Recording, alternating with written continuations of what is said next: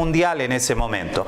Los asirios vienen hacia lo que es el territorio de las 10 tribus del norte y conquistan en el 722 a.C., conquistan las 10 tribus del norte y las llevan cautivas a Asiria. ¿Por qué les cuento esto? Porque los asirios luego mandan gente de allá y se logra ahí, empieza la historia de los samaritanos luego que encontramos en el Nuevo Testamento. Eso es muy importante saberlo. Ahora, ¿qué pasa en el sur? En el sur tenemos reyes buenos y reyes malos. Reyes buenos, reyes malos. Y el gobierno de lo que es el sur, de las dos tribus, va a durar cerca de 200 años, 250 años. Entonces tenemos, por un lado, que la tribu del sur, las dos tribus del sur, van a durar un poco más con su capital en Jerusalén. Van a durar 250 años. Pero luego de 250 años, los últimos 5 reyes que tuvieron hicieron lo malo ante los ojos de Dios. El último de ellos, que es Sedequías, que el que vamos a ver nosotros también estudiando el libro de Daniel, vamos a ver que después de 250 años, Israel en el sur está pervertido. Están en la idolatría, en la inmoralidad, le han dado la espalda a Dios, tienen falsos profetas, adoran toda clase de ídolos. Y uno diría, los que están en el sur, ¿qué acaso no vieron lo que les sucedió a los del norte? Cómo los asirios, Dios los mandó para que los disciplinaran, los conquistaran. ¿Aprendieron algo ellos? No aprendieron nada. Ellos siguieron el mismo camino. Ahora bien, Dios en el sur, 250 años, donde Dios tiene misericordia del reinado del sur con su capital en Jerusalén, Dios envía profetas. Algunos de los profetas que van a estar en el sur, por ejemplo, va a ser Oseas, va a ser Jeremías, va a ser luego también Ezequiel y Daniel, que lo tenemos nosotros. Muy bien. Ahora vamos a ver algo muy importante. Vamos a entender por qué Israel cae en mano de la potencia mundial que se levanta en la Mesopotamia, en el norte, que son los babilonios. Los babilonios que están junto al río Éufrates. Ellos se levantan como potencia hegemónica política y militar y van a salir a conquistar lo que es la región de Medio Oriente, donde está el territorio de Israel y donde están hacia más arriba el oeste, donde están los asirios, y más abajo hacia el sur donde está Egipto. O sea que Babilonia quiere conquistar todo el territorio que le pertenecía a los asirios porque eran la potencia mundial en ese momento. Entonces va a suceder algo. En ese momento en Jerusalén, en Israel, las dos tribus del norte, del sur, tienen que tomar una decisión. ¿Cuál es la decisión? O apoyamos a los egipcios con los asirios en contra de Babilonia, o apoyamos a Babilonia. Tienen que decidirse a qué potencia mundial se van a plegar.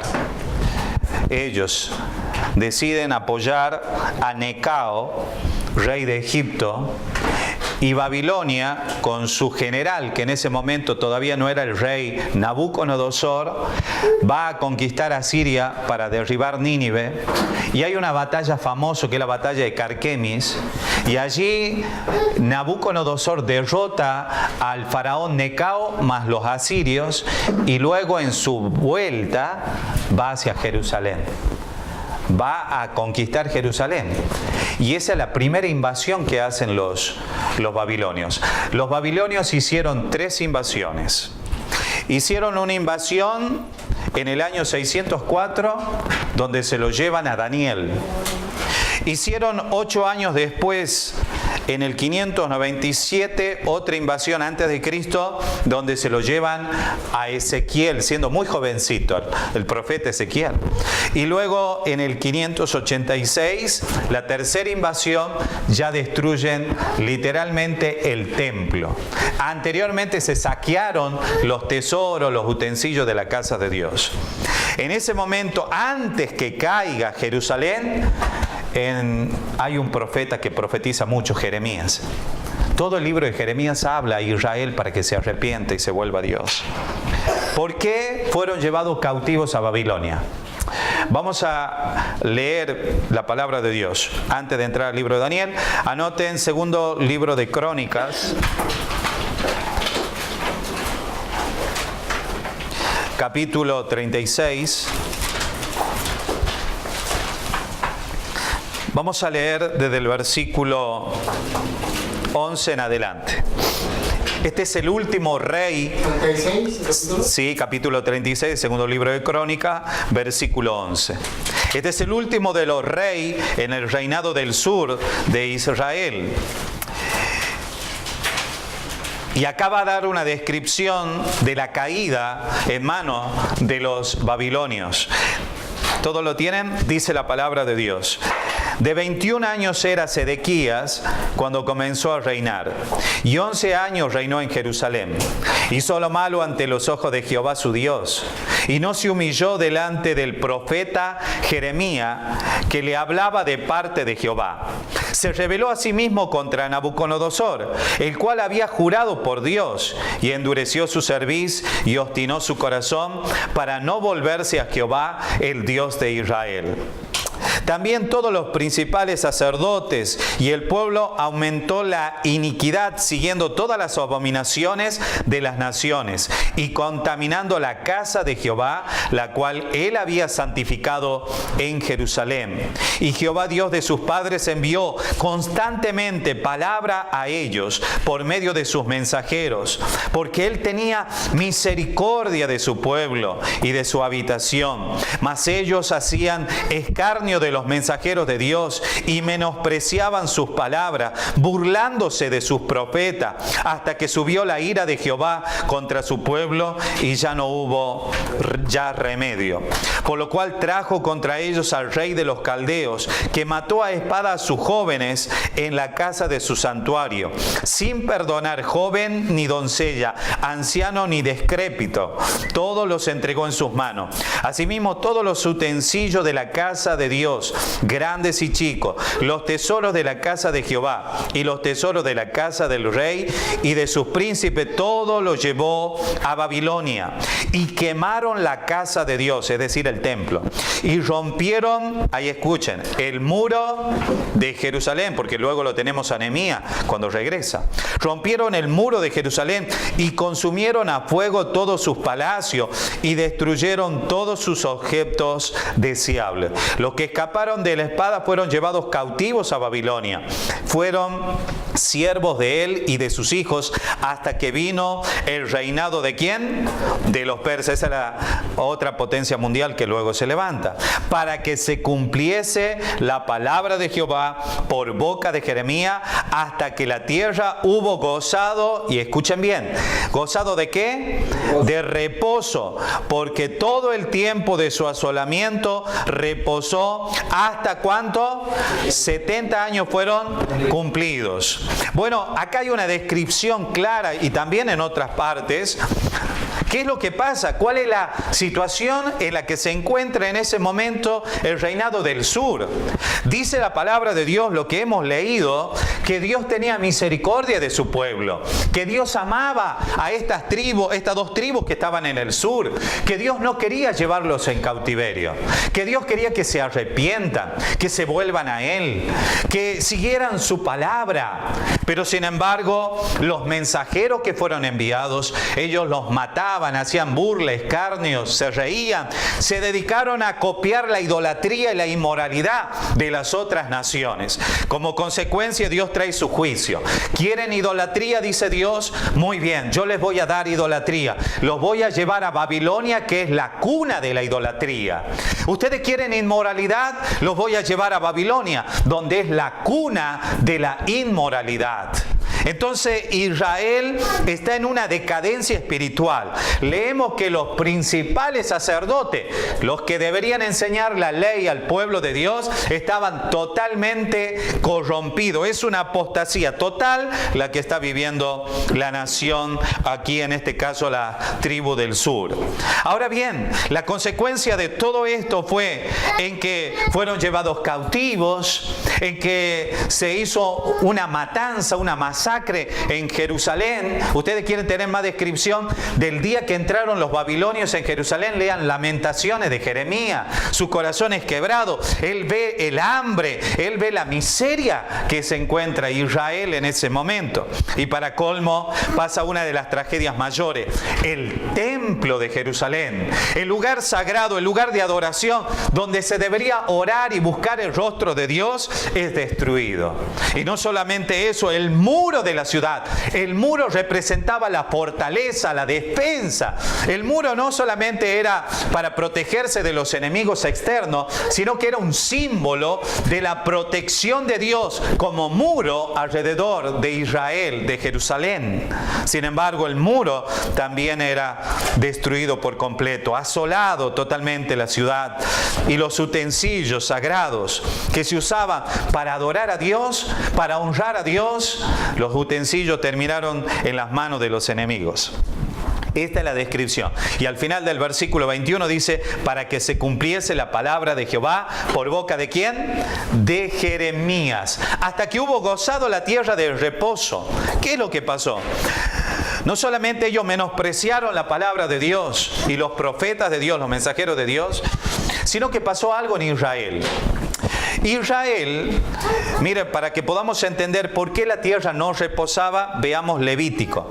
Acompáñame al Antiguo Testamento. Vamos a ir a Levítico, capítulo 25. Dios había establecido una ley para Israel. Desde el versículo 17... Levítico 25, versículo 1. Levítico 25, versículo 1. Cuando todos lo tengan, lo leemos. Dice así: Jehová habló a Moisés en el monte Sinaí diciendo, habla a los hijos de Israel y diles, cuando hayáis entrado en la tierra que yo os doy, la tierra guardará reposo para Jehová.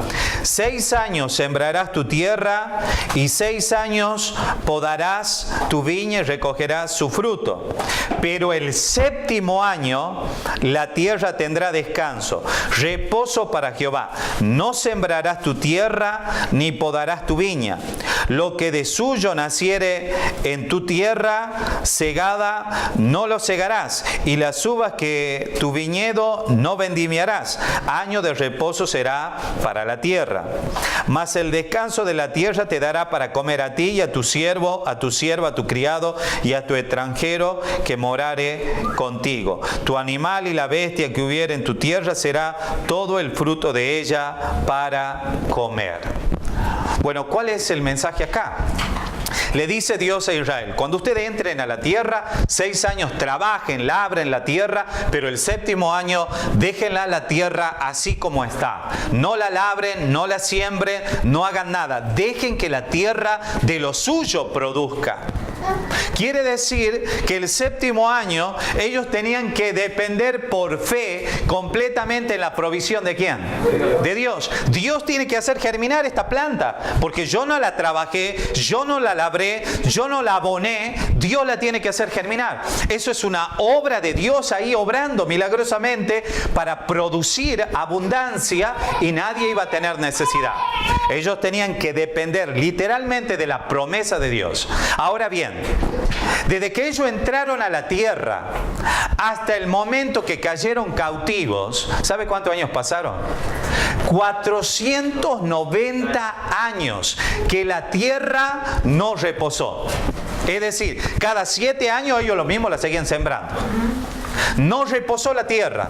Por lo tanto, si ustedes toman 490 años y lo dividen por 7, ¿sabe cuánto le da? 70. 70. Por lo tanto, dice Dios, ustedes no cumplieron con mi palabra. Dios sacó la matemática y dice Dios, 490 años ustedes estuvieron aquí y no quisieron obedecer. Bueno, yo lo voy a expulsar de la tierra. Y la tierra, por cada año que ustedes no me dieron a mí, yo lo voy a hacer todo junto. ¿Y sabe cuánto daba? 70. Y esos son los 70 años de cautiverio que profetizó Jeremías. Acompáñeme, Jeremías capítulo 25. Jeremías capítulo 25, versículo 11.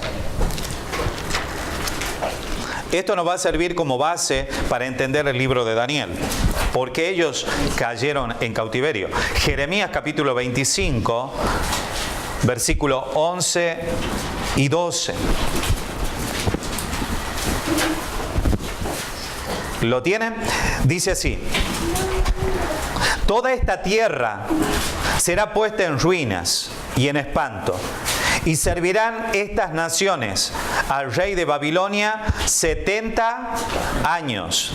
Y cuando sean cumplidos los 70 años, castigaré al rey de Babilonia y a aquella nación por su maldad, ha dicho Jehová, y a la tierra de los caldeos, y la convertiré en desierto para siempre. Es decir, como medida disciplinaria de Dios, como ellos no dejaron descansar la tierra, Dios le computa aquí 70 años.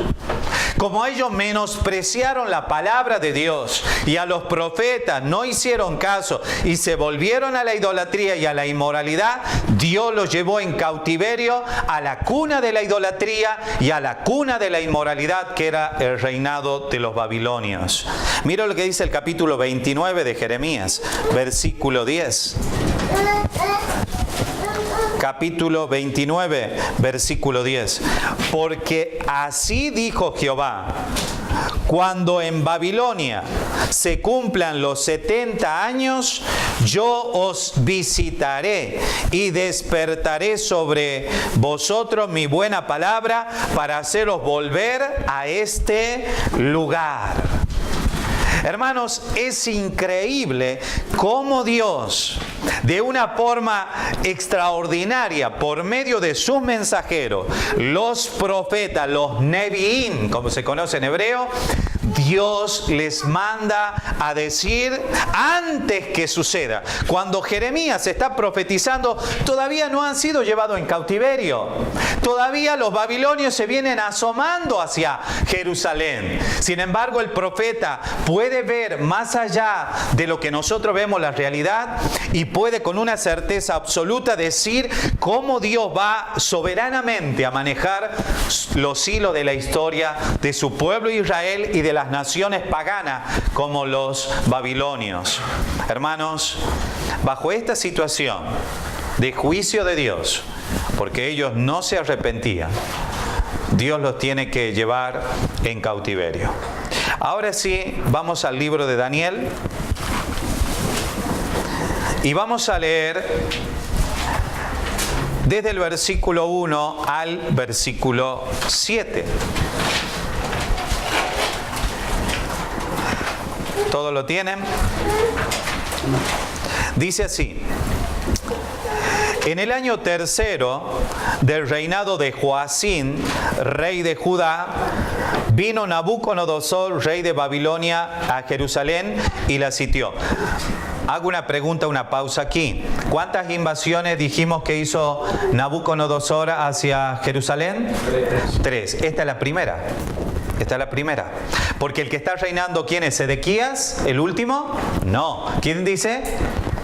Joacín. Por lo tanto, si bajamos hacia abajo, viene a ser el quinto rey. Muy bien. Entonces dice aquí que vino Nabucodonosor, rey de Babilonia, a Jerusalén y la sitió. Y el Señor entregó en sus manos a Joacín, rey de Judá, y parte de los utensilios de la casa de Dios, y los trajo a la tierra de Sinar, a la casa de su Dios, y colocó los utensilios en la casa del tesoro de su Dios. Y dijo el rey a Aspenaz, jefe de sus eunucos, que trajese de los hijos de Israel, del linaje real de los príncipes, muchachos en quien hubiese tacha alguna, de buen parecer, enseñados en toda sabiduría, sabios en ciencia y de buen entendimiento, idóneos para estar en el palacio del rey, y que se les enseñase la letra y la lengua de los caldeos. Y señaló el rey rey ración para cada día de la provisión de la comida del rey y del vino que él bebía, y que los criasen 3 años para que al fin de ellos se presentasen delante del rey. Entre estos estaban Daniel, Ananías, Misael y Azarías de los hijos de Judá. Y a estos el jefe de los eunucos puso por nombre, puso a Daniel Belsasar, a Ananías Sadrach, a Misael Mesac y a Azarías Abednego. Muy bien, hasta ahí nada más. Ustedes tienen allí una hojita que vamos a ir desgranando paso a paso para que podamos entender qué es lo que nos dice la palabra de Dios. En primer lugar, tenemos ahí el capítulo 1, es la historia personal de Daniel. Eso va desde el capítulo 1 al 6. Pongan allí en la hojita, capítulo 1 al 6. Entonces, ¿qué tengo yo desde el capítulo 1 al 6? Una historia que se enfoca principalmente en Daniel y sus 3 amigos. Muy bien, entonces, en la historia personal de Daniel, del capítulo 1 al 6, hallamos 3, pongan allí, 3 tiempos diferentes de dificultad. ¿Cuáles son los 3 tiempos diferentes de dificultad que le tocó pasar a Daniel y a sus amigos? Vamos a ver. La prueba de los 4 hebreos cuando arribaron a Babilonia. Cuando arribaron a Babilonia. La prueba de los 4 hebreos cuando arribaron a Babilonia. La primera prueba para ellos, ¿sabe cuál fue? Salir de su lugar. Todo aquel que ha vivido en un sitio, ha echado sus raíces, tiene su costumbre, tiene su idiosincrasia, tiene su entorno, tiene todo lo que le rodea, y lo arrancan violentamente de ese lugar y lo meten en una nación desconocida, como le pasó a estos hombres. Esto era muy difícil para ellos. Yo le voy a decir una cosa, nosotros decidimos por voluntad propia irnos a algún lugar y a la semana estamos extrañando. Imagínense a ellos, que los arrancan de Jerusalén, que los arrancan de su pueblo, de la tierra prometida, de la tierra de sus padres, de sus ancestros, de la tierra que Dios había dicho que era la tierra que fluye leche y miel. Y ahora son arrancados y van a ser introducidos en una nación totalmente paganizada. ¿Le habrá sido una prueba para ellos eso? Claro que sí. El horno de fuego en el capítulo 3. Esa es la segunda prueba que les tocó vivir a estos hebreos. El horno de fuego. El horno de fuego en el capítulo 3. Y otra prueba muy dura en la vida de ellos fue el foso de los leones en el capítulo 6. El foso de los leones. Entonces encontramos que a estos 4 hebreos les tocó vivir 3 pruebas muy difíciles de forma personal. Primeramente, ser arrancados de su tierra a una tierra paganizada. En segundo lugar, encontrarse luego en un horno de fuego por no querer postrarse ante la idolatría del rey Nabucodonosor, la estatua que había hecho. Y por último, Daniel, por no dejar de orar y cumplir el decreto del rey, en el capítulo 6, él lanzado al pozo de los leones. Por lo tanto, estos hombres fueron probados tremendamente en su propia experiencia, en su propia vida espiritual. Muy bien, seguimos. En cada una de estas experiencias, Daniel y sus amigos obtuvieron la victoria. Pero anoten acá. Pero esta primera victoria estableció la base de las demás. Pero esta primera victoria estableció la base de las demás. ¿Qué es lo que nosotros vamos a ver aquí? Nosotros vamos a ver en esta introducción del libro de Daniel que ellos en el capítulo 1 entran a una nación pagana. En el capítulo 3, lanzado a un horno de fuego, que lo vamos a estudiar. En el capítulo 6, Daniel lanzado al pozo de los leones hambrientos. Pero ellos, al afrontar esas pruebas, les sirvieron como una base de su fe para las demás pruebas que iban a venir luego. Entonces, ¿qué quiere decir esto, hermanos? Quiere decir, si lo aplicamos a la vida, que cada prueba que Dios permite en tu vida es una base, es una plataforma que te va a servir para otras victorias mayores que Dios va a traer a tu vida. Puesto que estos muchachos judíos fueron fieles a Dios mientras aún eran jóvenes adolescentes, Dios le fue fiel en los años siguientes. Es decir, las pruebas que ellos vivieron fueron un fundamento para ellos. Siempre marquen el libro de Daniel porque lo voy a llevar a otro lugar de la Escritura. Acompáñame a Lucas capítulo 6. Siempre marquen el libro de Daniel. Lucas capítulo 6. Versículo 46. Hemos dicho que las pruebas que le tocó vivir a ellos fueron la base para otras victorias que iban a tener luego. Miren lo que quiero mostrarles aquí. Dice, ¿por qué me llamáis Señor, Señor y no hacéis lo que yo os digo? Todo aquel que viene a mí y oye mis palabras y las hace, os indicaré a quién es semejante. Semejante es al hombre que al edificar una casa cavó y ahondó y puso el fundamento ¿sobre qué? Sobre la roca. Y cuando, dice, no es inmediatamente.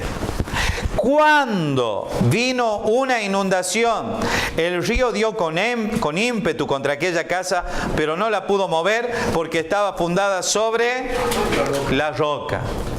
Es decir, acá dice que aquel que obedece a Dios, aquel que le es fiel a Dios, está sobre una buena base. Y cuando venga la inundación, cuando venga una prueba más grande, cuando venga una lucha más gigante, pareciera, no te va a mover, no te va a sacar del propósito y del plan de Dios, porque tu vida va a estar sobre el fundamento, la roca que es Cristo. Mas el que no oye la palabra de Dios, el que no se fundamenta en el Señor, en su fe, cuando viene la prueba, la lucha, cuando el río da con ímpetu, grande es la ruina para esa persona. Entonces volvemos al libro de Daniel. ¿Qué queremos decir en esta introducción? ¿Para qué les sirvieron las pruebas a ellos? Para afianzarlos en su fe, para pruebas más grandes que iban a tener más adelante.